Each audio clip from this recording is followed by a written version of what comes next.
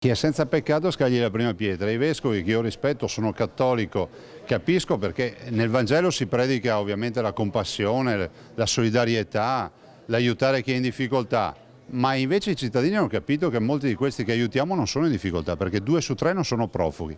Così Luca Zaia, presidente della Regione Veneto, commenta la lettera dei vescovi di Treviso e Vittorio Veneto sull'accoglienza dei profughi, definita come un dovere cristiano. I vescovi hanno dato tutto quello che potevano dare, i seminari sono tutti pieni, gli edifici che hanno i vescovi sono tutti pieni e non sono utilizzabili. Bah, non glielo so dire. Zaia poi polemizza sul protocollo firmato ieri da 4 sindaci padovani di Este, Baone, Battaglia Terme e 2 Carrare, che consente ai profughi di poter lavorare gratis a disposizione del comune che li ospita.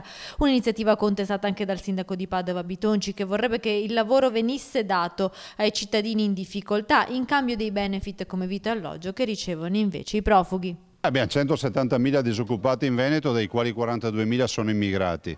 Per cui se ci fosse un posto di lavoro libero prima deve essere dato uno dei nostri, veneto o immigrante che sia, che vive stabilmente in Veneto, e poi a quelli del resto del mondo.